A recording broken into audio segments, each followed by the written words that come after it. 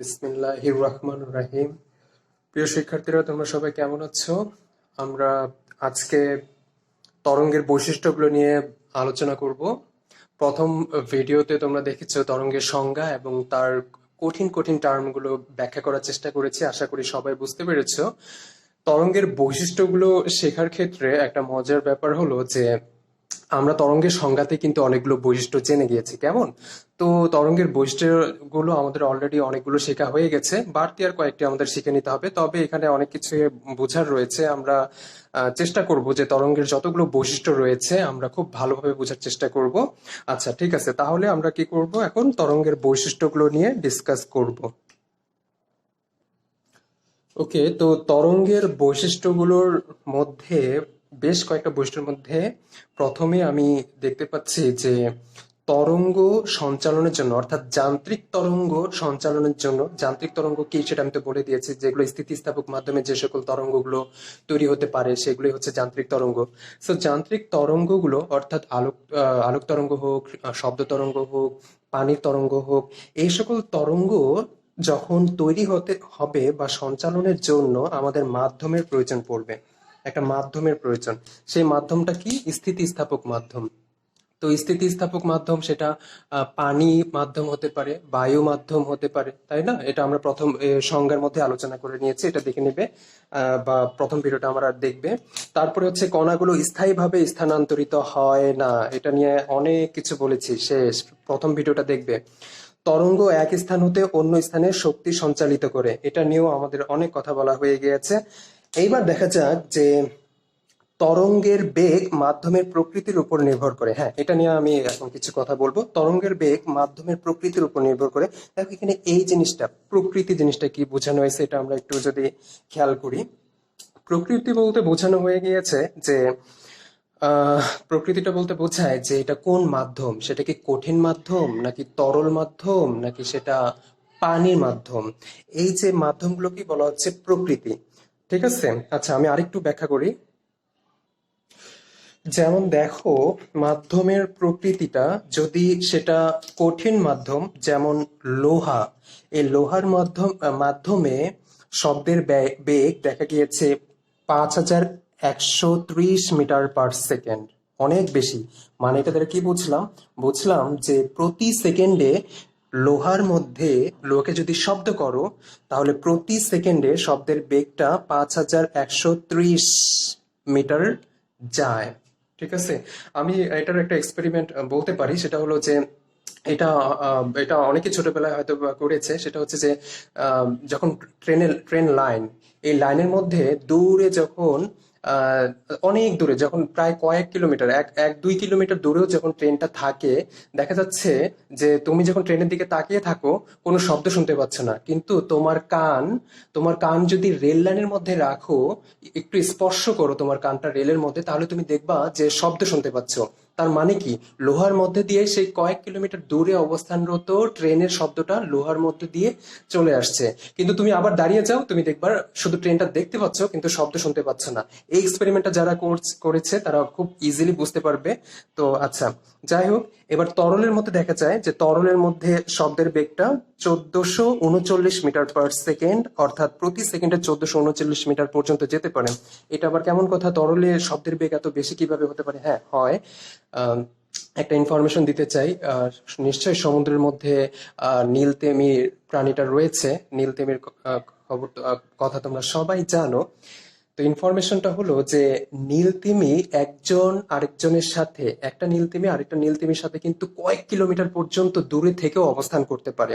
একটা নীল তিমি যদি এখানে থাকে, আরেকটা নীল তিমি যদি ধরো যে কয়েক কিলোমিটার দূরে পানির মধ্যে এখানে থাকে, তো এই নীল তিমিটা যদি শব্দ করে সে শুনতে পাবে, এই নীল তিমিটা শুনতে পারবে। তারা কয়েক কিলোমিটার পর্যন্ত শব্দ করে একজন আরেকজনের সাথে যোগাযোগ রক্ষা রক্ষা করে। এগুলো খুবই আশ্চর্যজনক ব্যাপার। এগুলো এই ইনফরমেশন গুলো তোমরা জানার চেষ্টা করবে।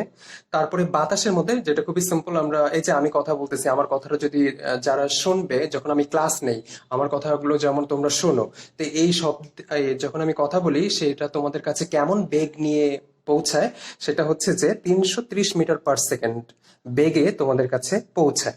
তো আমরা এখানে জানলাম যে মাধ্যমের প্রকৃতিটা আসলে কি বোঝানো হচ্ছে। প্রকৃতিটা বোঝানো হচ্ছে যে এটা কোন মাধ্যম হবে, হ্যাঁ সেটাই বোঝানো হচ্ছে। এবার আমরা জানবো হচ্ছে যে তরঙ্গের যে বৈশিষ্ট্যটা সেটা হচ্ছে যে আলোর প্রতিফলন। এই আলোর প্রতিফলনটা নিয়ে আমরা একটু বোঝার চেষ্টা করি। তুমি যে ভিডিওটা দেখতেছো এখন, তুমি চারপাশে তাকাও, তুমি যা দেখতে পাচ্ছ সবকিছু আলোর প্রতিফলনের জন্য। কেমন?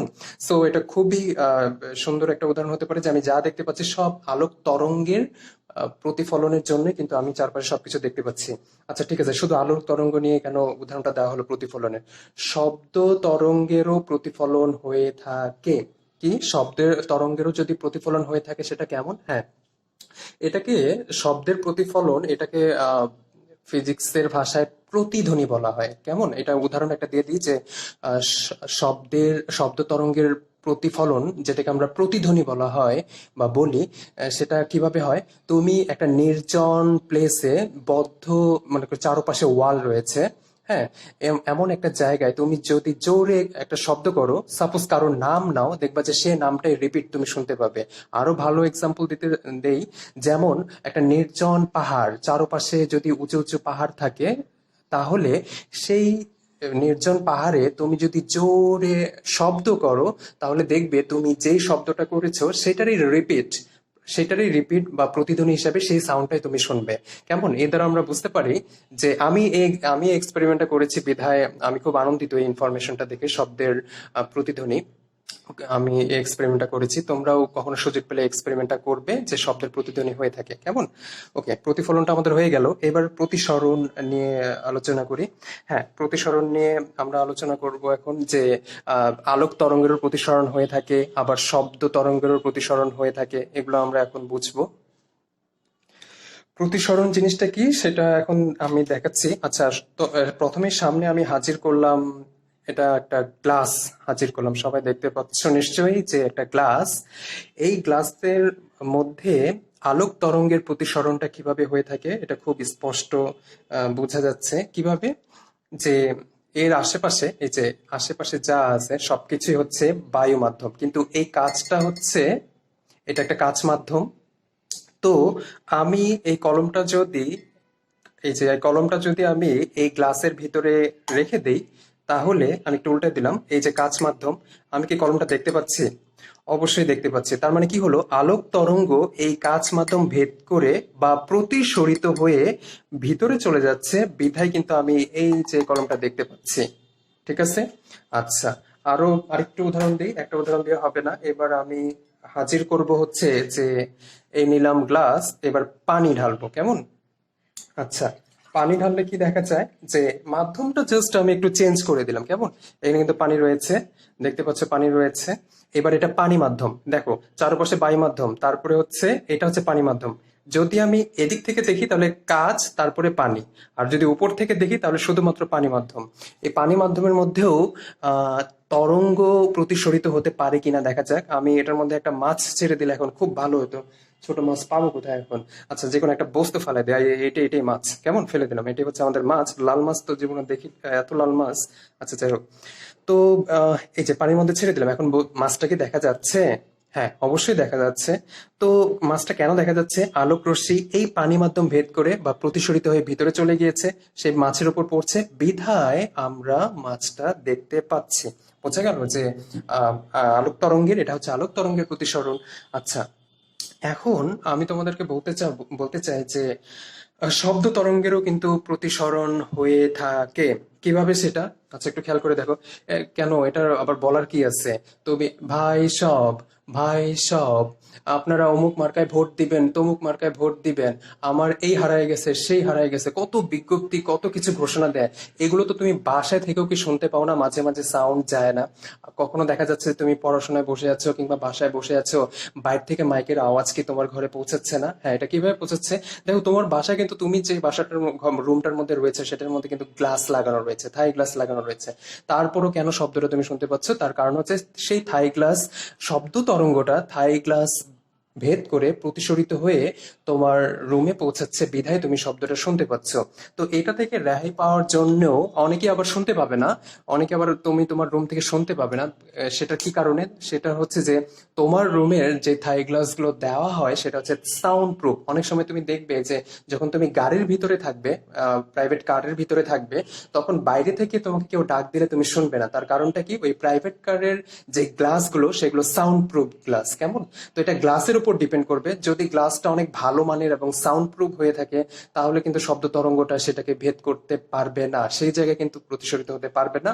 কিন্তু নর্মাল গ্লাসগুলো যদি হয়ে থাকে তাহলে কিন্তু শব্দটা কিছুটা হলেও ভিতরে যেতে পারে, সেক্ষেত্রে শব্দের প্রতিসরণটাও হয়ে থাকে। তো আমরা বুঝলাম যে শব্দ তরঙ্গের প্রতিসরণটাও হয়ে থাকে, আলোক তরঙ্গের প্রতিসরণটা কিভাবে হয়ে থাকে। এবার তরঙ্গের সব থেকে একটা গুরুত্বপূর্ণ বৈশিষ্ট্য শিখতে যাচ্ছি, সেটা হচ্ছে বিস্তার। এই হলো বিস্তারটা কি, এটা আমরা এখন শিখবো।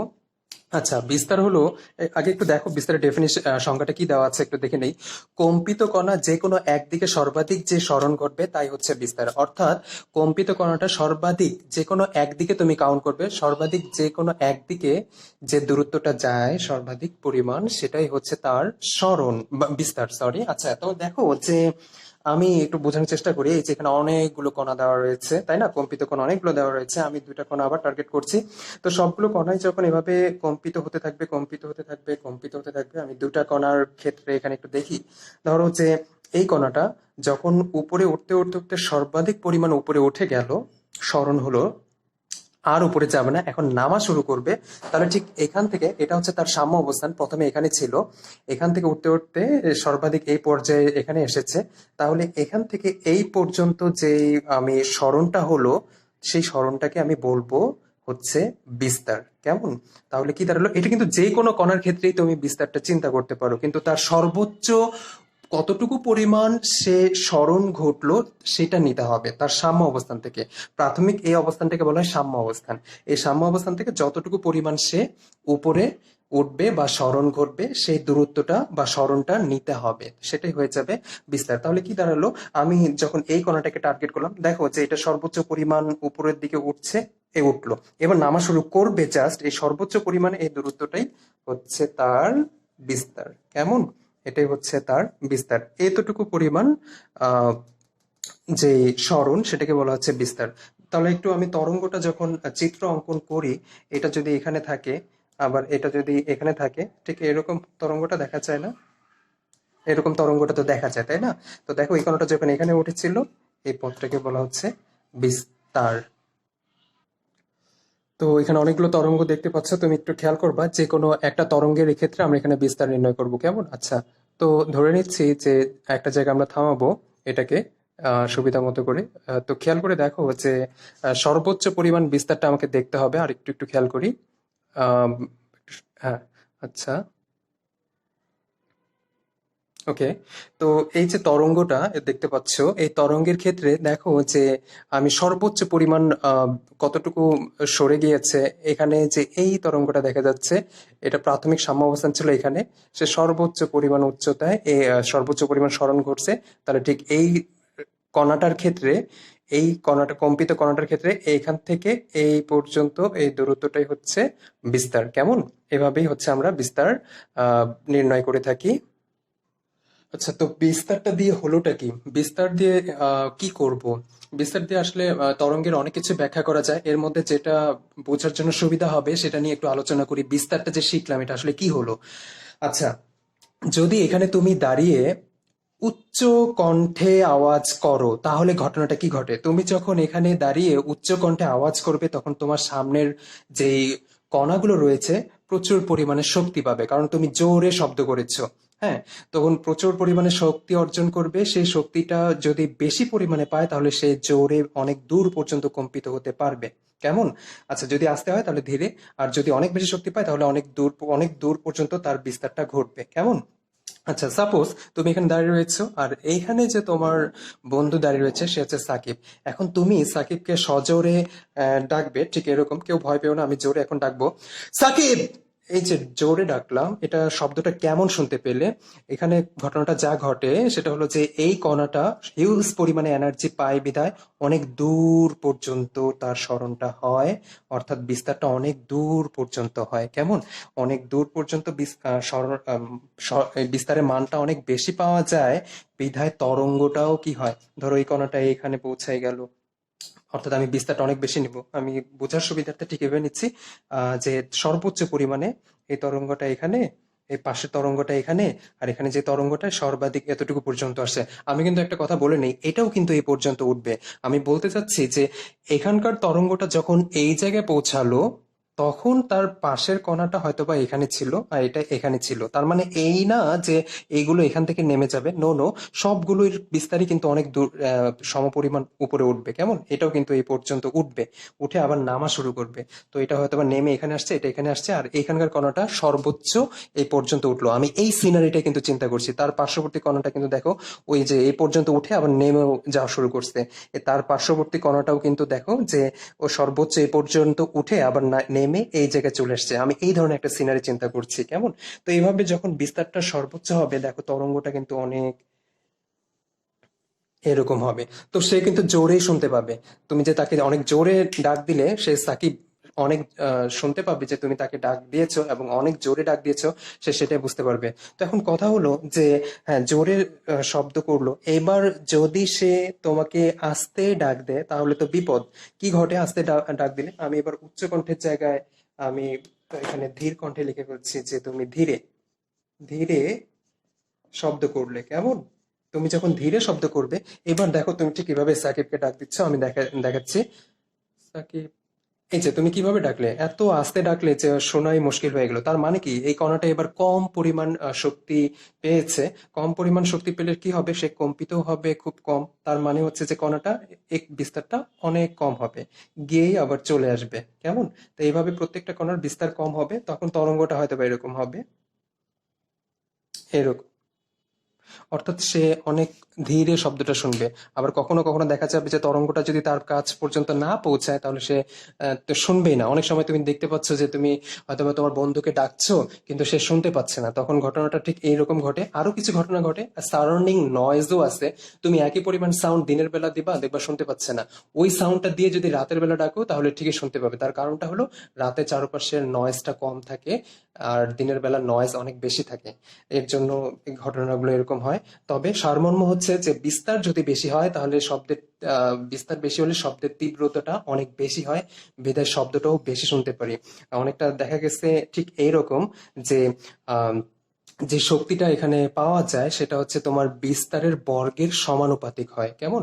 বিস্তার যদি দ্বিগুণ করে দিই তাহলে আমরা প্রায় 4 গুণের মতো শক্তি পাবো। তো এই ছিল বিস্তারের আমাদের আলোচনা। আর তরঙ্গের বৈশিষ্ট্যগুলো নিয়ে আলোচনা করা হয়ে গিয়েছে। নেক্সটে আমরা আলোচনা করব তরঙ্গের আরেকটা বৈশিষ্ট্য রয়েছে, খুবই গুরুত্বপূর্ণ একটা বৈশিষ্ট্য। আর ওটা আজকে আলোচনা করার সুযোগ হচ্ছে না, কারণ অলরেডি অনেক সময় হয়ে গেছে। সেটা হচ্ছে, আমি লিখে দিচ্ছি যে তরঙ্গের আরেকটা গুরুত্বপূর্ণ বৈশিষ্ট্য সেটা হচ্ছে তরঙ্গের উপরিপাতন। এটা আসলে তরঙ্গের, আমি অনেক কিছু উপরিপাতন নিয়ে বোঝাতে চাই। এই উপরিপাতনটা কি, সেখানে তরঙ্গের কি ঘটনা ঘটে, এবং বাস্তব জীবনে উপরিপাতনটা, তরঙ্গের উপরিপাতনটা নিয়ে বাস্তব জীবনে কিন্তু আমরা অনেক জায়গায় কাজে লাগাই। সেটা আমি তোমাদেরকে দেখাবো এবং শেখাবো। কেমন? তো নেক্সট ক্লাসে সবাইকে আমন্ত্রণ জানিয়ে আজকের ভিডিওটা এখানেই শেষ করছি। সবাই সুস্থ থাকবে, ভালো থাকবে। আল্লাহ হাফেজ। ধন্যবাদ।